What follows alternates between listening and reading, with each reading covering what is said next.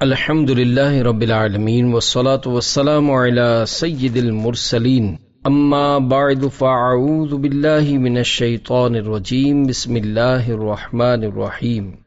ایک پریشان حال مبلغہ کے لیے تسلیوں اور اسی کے پوچھنے پر دعوت اسلامی کا مدنی کام کرنے کے طریقہ کار پر مبنی ایک رہنما مکتوب کافی ترامیم و اضافے کے ساتھ بنام کربلا کا خونی منظر۔ مکتوب درود شریف کی فضیلت۔ ایک شخص نے خواب میں خوفناک بلا دیکھی، گھبرا کر پوچھا تو کون ہے؟ بلا نے جواب دیا میں تیرے برے اعمال ہوں۔ پوچھا تجھ سے نجات کی کیا صورت ہے؟ جواب ملا درود شریف کی کثرت۔ صلو علی الحبیب صلی اللہ تعالی علی محمد۔ بسم اللہ الرحمن الرحیم۔ سگے مدینہ محمد الیاس عطار قادری رضوی عفیہ عنہ کی جانب سے مبلغہ دعوت اسلامی کی خدمت میں السلام علیکم ورحمۃ اللہ وبرکاتہ۔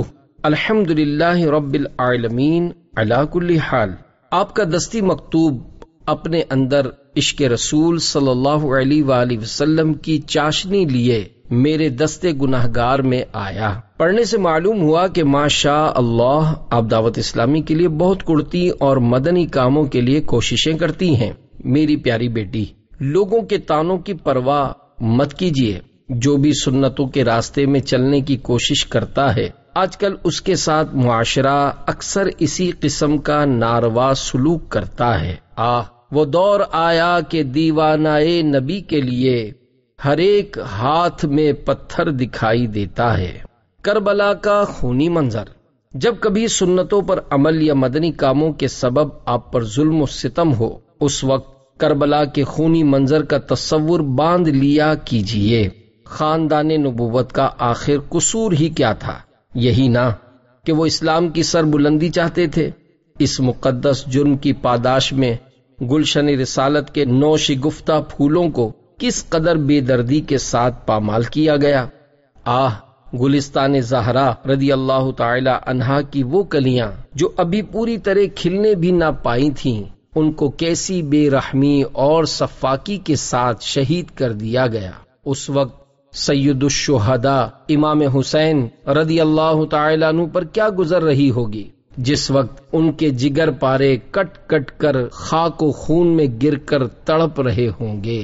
کس شقی کی ہے حکومت، ہائے کیا اندھیر ہے، دن دہاڑے لٹ رہا ہے کاروان اہل بیت۔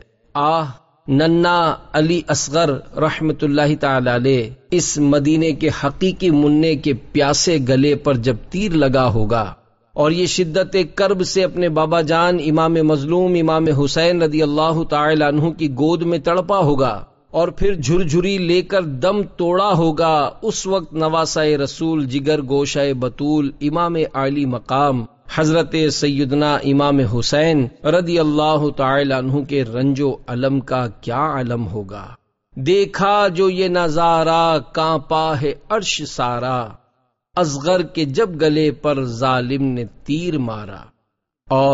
اور جب ننے منع علی اصغر رحمت اللہ تعالی علیہ کا خون میں لتھڑا ہوا ننا سا لاشا ان کی امی جان سیدتنا رباب رحمت اللہ تعالی علیہا نے دیکھا ہوگا تو ان پر اس وقت کیسی قیامت قائم ہوئی ہوگی۔ اے زمین کربلا یہ تو بتا کیا ہو گیا، ننا علی اصغر تیری گودی میں کیسے سو گیا۔ امام پاک کی رخصتی۔ میری پیاری بیٹی، ذرا سوچئے تو صحیح، اس وقت سیدہ زینب و سیدہ سکینہ اور دیگر بیبیوں رضی اللہ تعالی عنہن اجمعین پر کیا گزر رہی ہوگی جب سید الشہداء امام علی مقام امام عرش مقام امام تشنا کام امام الہمام سیدنا امام حسین رضی اللہ تعالی عنہ اپنے جگر پاروں علیہم رضوان کو تلواروں سے کٹوانے کے بعد خود جام شہادت نوش کرنے کے لیے خیمے سے رخصت ہو رہے ہوں گے۔ فاطمہ کے لاڈلے کا آخری دیدار ہے، حشر کا ہنگامہ برپا ہے میان اہل بیت، وقت رخصت کہہ رہا ہے خاک میں ملتا سہاگ، لو سلام آخری اے بے وگانے اہل بیت۔ کربلا کا تاراج کارواں، اور پھر صرف عابد بیمار اور فقط پردہ نشین بیبیاں رہ جائیں، سارے خیمے سنسان ہو جائیں، باہر ہر طرف خاندان عالی شان کے نوجوانوں اور بچوں کی لاشیں بکھری پڑی ہوں۔ اس پر ستم بالائے ستم یہ کہ یزیدی درندوں کی طرف سے لوٹ مار مچے، خیمے جلا دیے جائیں، سب کو قیدی بنا دیا جائے، اور امام حسین رضی اللہ تعالی عنہ کے سر انور کو نیزے پر بلند کر کے سارا تاراج کارواں ظالمین ہانک چلیں۔ اس کا تصور ہی کس قدر دردناک ہے۔ ان لرزہ خیز مناظر کو یاد کر کے ہمارا دل خون روتا اور کلیجہ منہ کو آتا ہے۔ میری پیاری بیٹی، اس منظر کو یاد کریں گی تو انشاءاللہ عز و جل اپنی معمولی سی تکلیف کے احساس پر آپ کو خود ہی ہنسی آئے گی کہ کیا ہماری بھی کوئی تکلیف ہے۔ پیارے مبلغ معمولی سی مشکل پر گھبراتا ہے، دیکھ حسین نے دین کی خاطر سارا گھر قربان کیا۔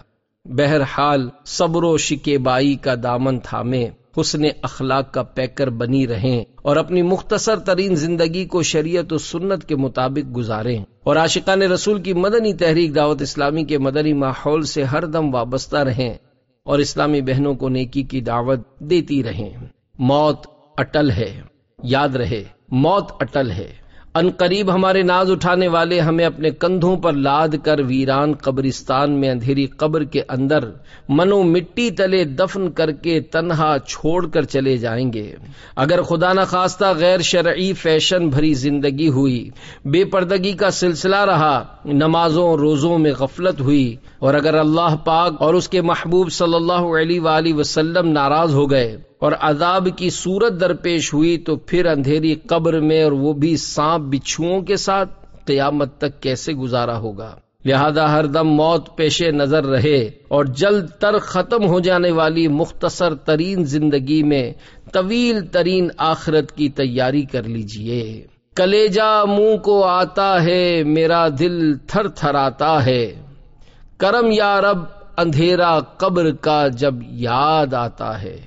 مدنی ماحول کی برکت، میری مدنی بیٹی، عاشقان رسول کی مدنی تحریک دعوت اسلامی کا کام کرنے میں جہاں بہت سا ثواب ہے، وہاں یہ بھی فائدہ ہے کہ مدنی ماحول ملتا ہے اور خود اپنی بھی اچھے عمل کرنے کی عادت پڑ جاتی ہے۔ عشق مدینہ و عشق تاجدار مدینہ صلی اللہ علیہ وآلہ وسلم نصیب ہوتا ہے، اور نیکی کی دعوت دینے کے فضائل کا تو اس بات سے اندازہ لگائیں کہ ہر کلمے کے بدلے 1 سال کی عبادت کا ثواب۔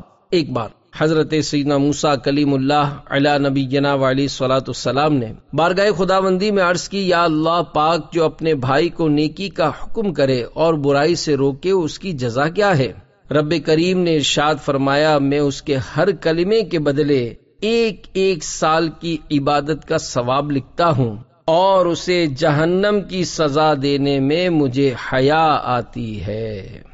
نیکی کی دعوت کا ثواب۔ 2 فرامین مصطفیٰ صلی اللہ علیہ وآلہ وسلم۔ نمبر 1، جو شخص میری امت تک کوئی اسلامی بات پہنچائے تاکہ اس سے سنت قائم کی جائے یا اس سے بد مذہبی دور کی جائے، وہ جنتی ہے۔ نمبر 2، نیکی کی راہ دکھانے والا نیکی کرنے والے کی طرح ہے۔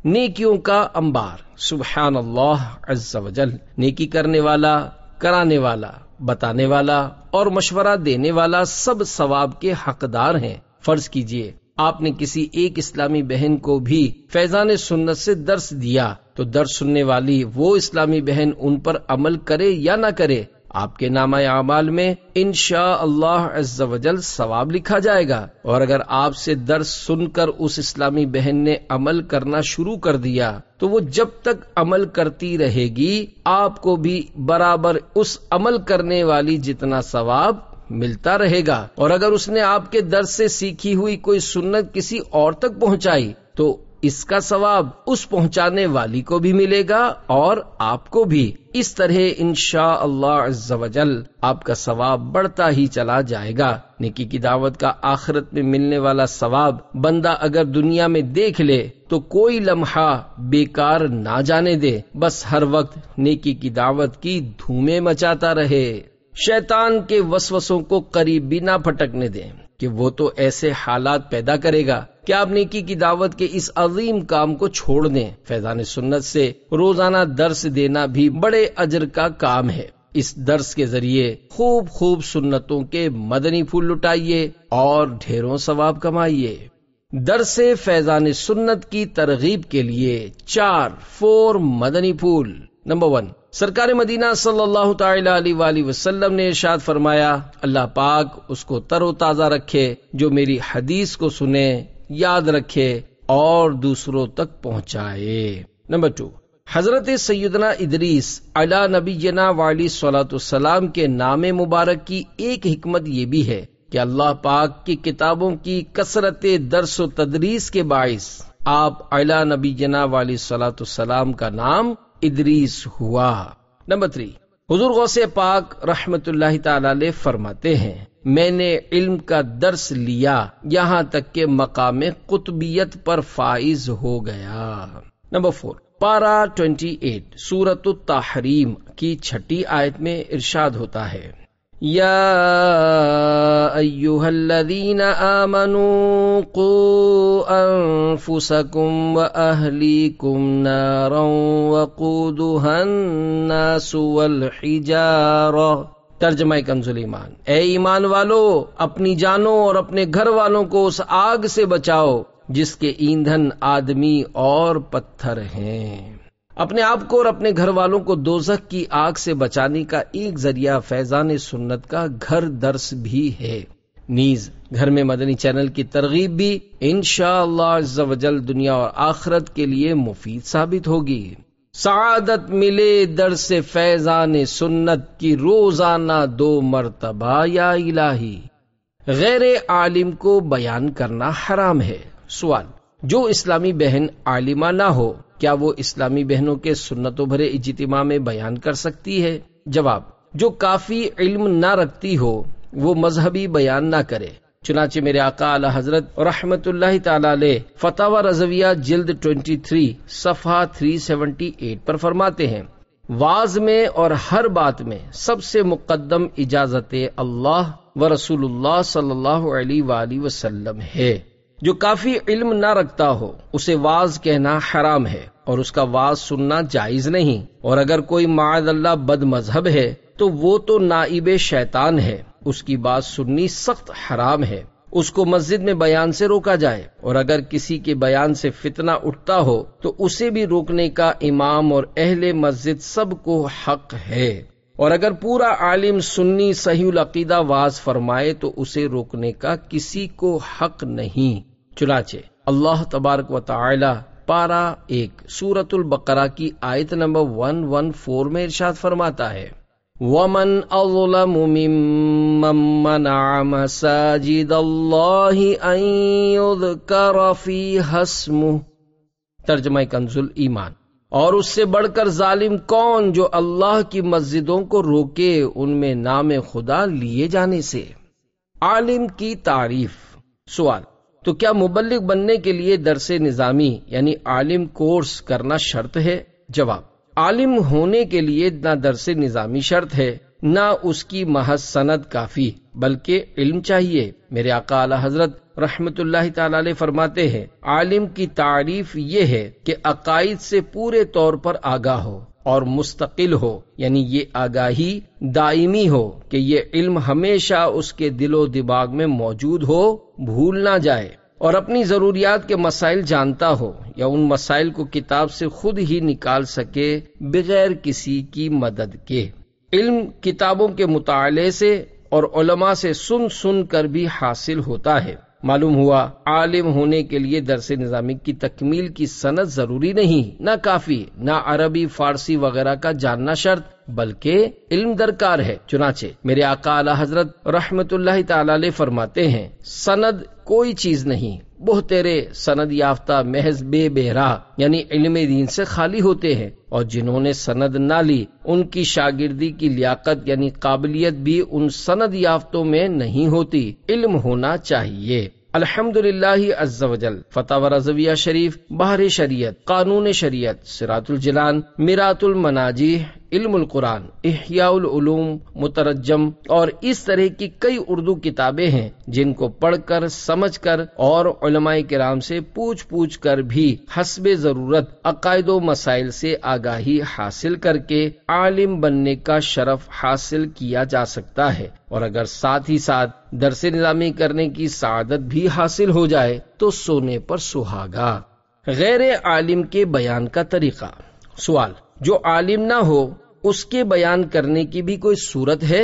جواب: غیر عالم کے بیان کی صورت یہ ہے کہ علماء اہل سنت کی کتابوں سے حسب ضرورت فوٹو کاپیاں کروا کر ان کے تراشے یعنی کٹنگز اپنی ڈائری میں چسپاں کر لے اور اس میں سے پڑھ کر سنائے، منہ زبانی کچھ نہ کہے، نیز اپنی رائے سے ہرگز کسی آیت کریمہ کی تفسیر یا حدیث پاک کی شرح وغیرہ بیان نہ کرے، کیونکہ تفسیر بالرائے حرام ہے۔ تفسیر بالرائے یہ ہے کہ نا اہل آدمی تفسیر کرے یا نبی کریم صلی اللہ علیہ وآلہ وسلم اور صحابہ و تابعین علیہم رضوان سے منقول تفسیر کے خلاف یا اجماعی معنی کے خلاف تفسیر بیان کرے، یا نقل پر مدار رکھنے والی چیزوں کی صرف عقل سے تفسیر کرے، یا ایسی تفسیر کرے جو شرعی مسلمہ قواعد سے متصادم ہو یا زبان عرب میں اس معنی کی گنجائش نہ ہو، اور اپنی اٹکل کے مطابق آیت سے استدلال یعنی دلیل پکڑنا اور حدیث مبارک کی شرح کرنا اگرچہ درست ہو تب بھی شرعاً اس کی اجازت نہیں۔ فرمان مصطفیٰ صلی اللہ علیہ وآلہ وسلم: جس نے بغیر علم قرآن کی تفسیر کی وہ اپنا ٹھکانہ جہنم بنائے۔ غیر عالم کے بیان کے بارے میں رہنمائی کرتے ہوئے میرے آقا نعمت اعلی حضرت مجدد دین و ملت مولانا شاہ امام احمد رضا خان علیہ رحمت الرحمن فرماتے ہیں: جاہل اردو خواں اگر اپنی طرف سے کچھ نہ کہے بلکہ عالم کی تصنیف پڑھ کر سنائے تو اس میں حرج نہیں۔ مبلغین کے لیے اہم ہدایت۔ سوال: دعوت اسلامی کے بعد مبلغین و مبلغات منہ زبانی بھی بیان کرتے ہیں، ان کے لیے آپ کی طرف سے کیا ہدایات؟ جواب: اگر یہ علماء یا عالمات ہیں جب تو حرج نہیں، ورنہ غیر عالم مبلغین و مبلغات کے لیے معروضات پیش کر دی گئیں کہ وہ صرف علماء کی تحریرات سے پڑھ کر ہی بیانات کریں۔ اگر دعوت اسلامی کے کسی غیر عالم مبلغ یا مبلغہ کو سنتوں بھرے اجتماع میں منہ زبانی بیان کرتا پائیں تو دعوت اسلامی کے ذمہ داران اس کو روک دیں۔ غیر عالم مبلغین و مبلغات اور تمام غیر عالم مقررین کو چاہیے کہ وہ منہ زبانی مذہبی بیان یا خطاب نہ کریں۔ میرے آقا نعمت اعلی حضرت مجدد دین و ملت مولانا شاہ امام احمد رضا خان علیہ رحمت الرحمن فرماتے ہیں: جاہل اردو خواں اگر اپنی طرف سے کچھ نہ کہے بلکہ عالم کی تصنیف پڑھ کر سنائے تو اس میں حرج نہیں۔ مزید فرماتے ہیں: جاہل خود بیان کرنے بیٹھے تو اسے واعظ کہنا حرام ہے اور اس کا واعظ سننا حرام ہے، بلکہ مسلمانوں پر حق ہے کہ اسے ممبر سے اتار دیں، کہ اس میں نہی منکر یعنی برائی سے منع کرنا ہے اور نہی منکر واجب ہے۔ واللہ تعالی اعلم۔ کیا عورت وی سی ڈی میں مبلغ کا بیان سن سکتی ہے؟ سوال: کیا اسلامی بہنیں وی سی ڈی یا مدنی چینل کے ذریعے نامحرم مبلغ کا سنتوں بھرا بیان سن سکتی ہیں؟ کیا یہ بے پردگی میں داخل نہیں؟ جواب: بے پردگی اور ہے اور وی سی ڈی میں اسلامی بہنوں کا نامحرم کو بیان کرتا دیکھنا سننا اور۔ اسلامی بہنوں کے لیے پردے کی رعایات اور بعض شرعی قیودات پابندیوں کے ساتھ غیر مرد کو دیکھنے کے معاملے میں کچھ گنجائش ہے۔ بار شریعت جلد 3 صفحہ 443 پر فتاوی عالمگیری کے حوالے سے لکھا ہے: عورت کا مرد اجنبی یعنی نامحرم شخص کی طرف نظر کرنے کا وہی حکم ہے جو مرد کا مرد کی طرف نظر کرنے کا ہے، اور یہ اس وقت ہے کہ عورت کو یقین کے ساتھ معلوم ہو کہ اس کی طرف نظر کرنے سے شہوت نہیں پیدا ہوگی، اور اگر اس کا شبہ بھی ہو تو ہرگز نظر نہ کرے۔ ہاں، خدا نخواستہ بیان کی وی سی ڈی یا مدنی چینل دیکھنے کے دوران گناہوں بھری کشش محسوس ہو تو توبہ و استغفار کرتی ہوئی فوراً وہاں سے ہٹ جائے۔ میرا تو مشورہ یہ ہے کہ جوان ہو یا بوڑھا دونوں ہی کو دیکھنے سے حتی الامکان بچے کہ دور بڑا نازک ہے البتہ عمر رسیدہ عالم یا بے کشش بوڑھے یا ادھیڑ عمر کے پیر و مرشد جبکہ قریب اور کوئی غیر مرد ایسا نہ ہو جس پر نظر پڑتی ہو، تب ان کو دیکھنے میں حرج نہیں کہ اس میں فتنے کا احتمال یعنی فتنے کا اندیشہ نہ ہونے کے برابر ہے۔ پھر بھی اگر دیدار کے دوران شیطان جذبات میں ہیجان یعنی جوش پیدا کرے تو فوراً نظر ہٹا لے اور وہاں سے دور ہو جائے۔ کیا عورت نعت خواں کی وی سی ڈی دیکھے؟ سوال، تو کیا اسلامی بہن مدنی چینل یا وی سی ڈی پر نوجوان نعت خواں کو بھی سن یا اور دیکھ لیا کریں؟ جواب، نعت خواں اور وہ بھی نوجوان، پھر ہاتھ وغیرہ لہرانے کی اداؤں یعنی ایکشن کی کشش بھی موجود، اور پھر ترنم میں تو ویسے ہی ایک طرح کا جادو ہوتا ہے۔ ان صورتوں میں گناہوں بھرے تصورات میں پڑنے کا اندیشہ بہت بڑھ جاتا ہے۔ دیکھنے کی بات تو دور رہی، میری تو اپنی مدنی بیٹیوں کو یہاں تک تاکید ہے کہ وہ تو نوجوان نعت خواں کی صرف آواز بھی نہ سنیں کہ اسی میں عافیت ہے کہ اس کی سریلی آواز کہیں فتنے میں نہ ڈال دے۔ صحیح بخاری شریف میں ہے کہ سرکار مدینہ صلی اللہ علیہ وآلہ وسلم ایک ہودی خواں یعنی اونٹوں کو تیز چلانے کے لیے مست کرنے والے اشعار پڑھنے والے تھے، جن کا نام انجشا رضی اللہ تعالی عنہ تھا، جو کہ انتہائی خوش آواز تھے۔ ایک سفر کے دوران جس میں خواتین بھی ہمراہ تھیں اور سیدنا انجشا اشعار پڑھ رہے تھے، اس پر سرکار مدینہ صلی اللہ علیہ وآلہ وسلم نے ان سے ارشاد فرمایا، اے انجشا، آہستہ، نازک شیشیاں نہ توڑ دینا۔ حکیم الامت حضرت مفتی احمد یار خان علیہ رحمت الحنان اس حدیث پاک کے تحت فرماتے ہیں، یعنی میرے ساتھ سفر میں عورتیں بھی ہیں جن کے دل کچی شیشی کی طرح کمزور ہیں، خوش آوازی ان میں بہت جلد اثر کرتی ہے اور وہ لوگوں کے گانے سے گناہ کی طرف مائل ہو سکتی ہیں، اس لیے اپنا گانا بند کر دو۔ ہاں، فوت شدہ نعت خواں کی آواز میں غالباً خطرات نہیں، تاہم شیطان اگر خیالات کا رخ گناہوں کی طرف موڑنا شروع کر دے تو توبہ و استغفار کرتے ہوئے فوراً سننا بند کر دیں۔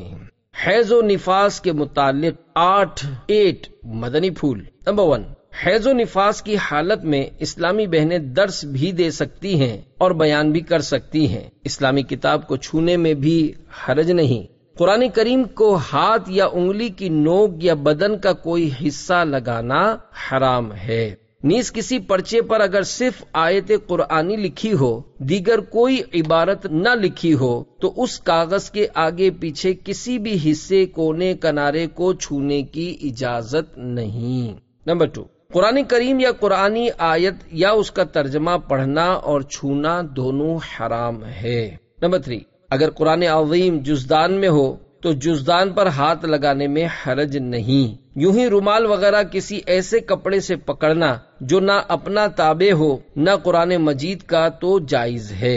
کرتے کی آستین، دوپٹے کے آنچل سے یہاں تک کہ چادر کا ایک کونا اس کے مونڈھے یعنی کندھے پر ہے، دوسرے کونے سے چھونا حرام ہے کہ یہ سب اس کے تابع ہیں، جیسے چولی قرآن مجید کے تابع تھی۔ نمبر 4، اگر قرآن کی آیت دعا کی نیت سے یا تبرک کے لیے جیسے بسم اللہ الرحمن الرحیم یا ادائے شکر کو یا چھینک کے بعد الحمدللہ رب العالمین یا خبر پریشان پر انا للہ و انا الیہ راجعون کہا، یا بنیت ثنا پوری سورۃ الفاتحہ یا آیت الکرسی یا سورۃ الحشر کی پچھلی 3 آیتیں واللہ الذی لا الہ الا ہو سے آخر سورہ تک پڑھیں، اور ان سب صورتوں میں قرآن کی نیت نہ ہو تو کچھ حرج نہیں۔ یوں ہی تینوں قل بلا لفظ قل بنیت ثنا پڑھ سکتی ہیں اور لفظ قل کے ساتھ نہیں پڑھ سکتی، اگرچہ بنیت ثنا ہی ہو کہ اس صورت میں ان کا قرآن ہونا متعین یعنی طے ہے، نیت کا کچھ دخل نہیں۔ نمبر 5، ذکر و اذکار، درود و سلام، نعت شریف پڑھنے، اذان کا جواب دینے وغیرہ میں کوئی مذائقہ نہیں، اور ان چیزوں کو وضو یا کلی کر کے پڑھنا بہتر، اور ویسے ہی پڑھ لیا جب بھی حرج نہیں۔ حلقہ ذکر میں شرکت کر سکتی ہیں بلکہ ذکر کروا بھی سکتی ہیں۔ نمبر 6، خصوصاً یہ بات یاد رکھیے کہ ان دنوں میں نماز اور روزہ حرام ہے۔ نمبر 7، مروت میں بھی ایسے موقع پر ہرگز ہرگز نماز نہ پڑھیے کہ یہ حرام ہے اور جائز سمجھ کر یا نماز کا مذاق اڑاتے ہوئے یا نماز کو بے قدر سمجھتے ہوئے پڑھنا کفر ہے۔ فقہائے کرام رحمہم اللہ السلام یہاں تک فرماتے ہیں بلا عذر جان بوجھ کر بغیر وضو کے نماز پڑھنا کفر ہے، جبکہ اسے جائز سمجھے یا استہزاء یعنی مذاق اڑاتے ہوئے یہ فعل کرے۔ نمبر 8، ان دنوں کی نمازوں کی قضا نہیں، البتہ رمضان المبارک کے روزوں کی قضا فرض ہے۔ ان احکام کی تفصیلی معلومات کے لیے مکتبۃ المدینہ کی کتاب بحر شریعت جلد 1 میں سے حیض و نفاس کا بیان کا مطالعہ کرنے کی ہر اسلامی بہن کو نہ صرف درخواست بلکہ خاص تاکید ہے۔ صلو علی الحبیب صلی اللہ تعالی علی محمد توبوا الی اللہ استغفر اللہ صلو علی الحبیب صلی اللہ تعالی علی محمد۔ پردے کے اہم مدنی پھول: خالہ زاد، مامو زاد، پھوپھی زاد، چچا زاد، تایا زاد، دیور و جیٹھ، خالو، پھوپھا، بہنوئی، بلکہ اپنے نامحرم پیر و مرشد سے بھی پردہ کیجیے۔ نیز مرد کا بھی اپنی ممانی، چچی، تائی، بھابھی اور اپنی زوجہ کی بہن وغیرہ رشتہ داروں سے پردہ ہے۔ منہ بولے بھائی بہن، منہ بولے ماں بیٹے اور منہ بولے باپ بیٹی میں بھی پردہ ہے، حتیٰ کہ لے پالک بچہ جب مرد و عورت کے معاملات سمجھنے لگے تو اس سے بھی پردہ ہے، البتہ دودھ کے رشتوں میں پردہ نہیں، مثلا رضاعی یعنی دودھ کے رشتے کی ماں بیٹے اور رضاعی بھائی بہن میں پردہ نہیں، لہذا لے پالک بچے یا بچی کو ہجری سن کے مطابق 2 سال کی عمر کے اندر اندر عورت اپنا یا اپنی سگی بہن یا سگی بیٹی یا سگی بھانجی کا کم از کم 1 بار دودھ اس طرح پلا دے کہ اس بچے یا بچی کے حلق سے نیچے اتر جائے۔ اس طرح اب جن جن سے دودھ کا رشتہ قائم ہوا ان سے پردہ واجب نہ رہا۔ رضائی ماں کے معاملے میں تو فتنے کا اندیشہ کم ہوتا ہے، لیکن بقیہ دودھ کے رشتوں میں بعض اوقات پردہ کرنا ہی مناسب ہے، جیسا کہ اعلی حضرت رحمت اللہ تعالی علیہ فرماتے ہیں، اور بحالت جوانی یا احتمال فتنہ یعنی فتنے میں پڑنے کے امکان کے سبب پردہ کرنا ہی مناسب ہے، کیونکہ عوام کے خیال میں اس یعنی دودھ کے رشتے کی ہیبت بہت کم ہوتی ہے۔ یہ یاد رہے کہ ہجری سن کے حساب سے 2 برس کے بعد بچہ یا بچی کو اگرچہ عورت کا دودھ پلانا حرام ہے، مگر 2.5 برس کے اندر اگر دودھ پلائے گی تو اگرچہ گناہگار ہوگی مگر رضاعت یعنی دودھ کا رشتہ ثابت ہو جائے گی۔ تفصیلی معلومات کے لیے بحر شریعت جلد 2 حصہ 7 سے دودھ کے رشتے کا بیان پڑھ لیجئے، نیز رسالہ زخمی سانپ 20 صفحات کا ضرور مطالعہ فرما لیجئے۔ گھر کے تمام افراد کو میرا سلام عرض کر کے مجھ گناہگاروں کے سردار کے لیے دعائیں مدینہ و بقی و بے حساب مغفرت کی درخواست کیجئے۔ آپ بھی ان دعاؤں سے نوازتی رہیے۔ والسلام مع الاکرام۔ 8 مدنی کام اسلامی بہنوں کے ذیلی حلقے کے لیے از مرکزی مجلس شورا دعوت اسلامی۔ نمبر 1 انفرادی کوشش، نمبر 2 گھر درس، نمبر 3 بیان یا مدنی مذاکرہ، نمبر 4 مدرسۃ المدینہ بالغات، نمبر 5 ہفتہ وار سنتوں بھرا اجتماع، نمبر 6 علاقائی دورہ، نمبر 7 ماہانہ تربیتی حلقہ، نمبر 8 نیک کام۔ نمبر 1 انفرادی کوشش، نئی اسلامی بہنوں پر انفرادی کوشش کرتے ہوئے انہیں ماحول سے منسلک کیجیے، معلمہ، مبلغہ اور مدرسہ بنا کر دعوت اسلامی کا کام بڑھائیے۔ وہ اسلامی بہنیں جو پہلے آتی تھیں مگر اب نہیں آتی، بالخصوص ان پر انفرادی کوشش کر کے انہیں ماحول سے دوبارہ وابستہ کیجیے۔ امیر اہل سنت دامت برکاتہم العالیہ فرماتے ہیں دعوت اسلامی کا 99% کام انفرادی کوشش سے ممکن ہے۔ نمبر 2 گھر درس، گھر میں ماحول بنانے کے لیے روزانہ کم از کم 1 بار درس فیضان سنت دینے یا سننے کی ترغیب فرمائیے جس میں نامحرم نہ ہوں۔ امیر اہل سنت دامت برکاتہم العالیہ کے تخریج شدہ رسائل سے بھی حسب موقع درس دیا جا سکتا ہے۔ دورانیہ، ڈیوریشن 7 منٹ۔ درس فیضان سنت کا طریقہ مکتبۃ المدینہ کے پمفلٹ میں ملاحظہ فرمائیے۔ نمبر 3، بیان یا مدنی مذاکرہ۔ ہر اسلامی بہن روزانہ انفرادی طور پر یا تمام گھر والوں کو جن میں نامحرم نہ ہوں جمع کر کے امیر اہل سنت دامت برکاتہم العالیہ کے سنتوں بھرے بیانات اور مدنی مذاکرے، نیز مکتبۃ المدینہ سے جاری ہونے والے دیگر مبلغین کے سنتوں بھرے بیانات ضرور سنیں۔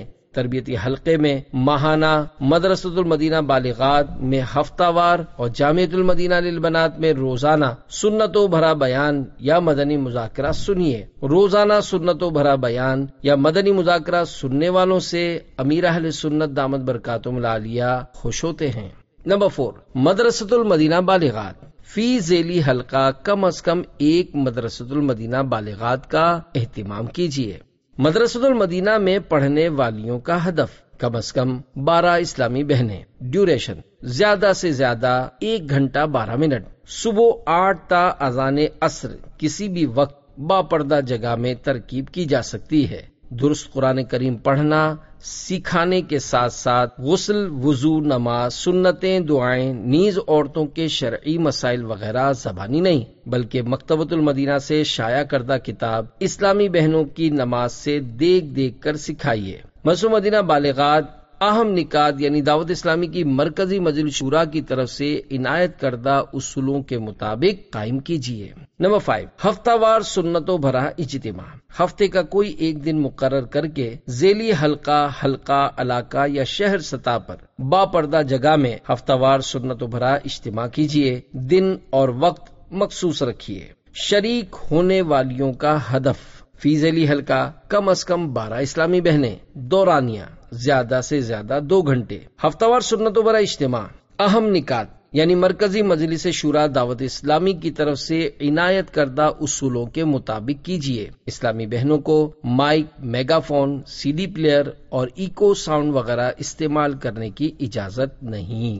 نمبر 6، علاقائی دورہ۔ ہفتے کا کوئی ایک دن مقرر کر کے جگہ بدل کر علاقائی دورہ کے ذریعے نیکی کی دعوت کی سعادت حاصل کیجیے۔ کم از کم 7 اسلامی بہنیں جن میں کم از کم ایک بڑی عمر والی ضرور ہو اپنے ذیلی حلقے یا حلقے کے اطراف میں پردے کی احتیاط کے ساتھ گھر جا کر 72 منٹ علاقائی دورے کی ترکیب بنائیے۔ اسلامی بہنیں اپنے تمام مدنی کاموں سے فارغ ہو کر اذان مغرب سے پہلے اپنے گھر پہنچ جائیں۔ نمبر 7، ماہانہ تربیتی حلقہ۔ مہینے کا کوئی ایک دن مقرر کر کے ڈویژن سطح پر تربیتی حلقے کی ترکیب کیجیے۔ دورانیہ ڈیوریشن 3 گھنٹے۔ بہتر ہے کہ سنتوں بھرا اجتماع، علاقائی دورہ اور مدنی مشورے والے دن ترکیب نہ بنائی جائے۔ تربیتی حلقے کے لیے باپردہ جگہ، دن اور وقت مخصوص رکھیے۔ اہم نکات میں دیے گئے جدول کے مطابق ترکیب بنائی جائے۔ انفرادی کوشش کے ذریعے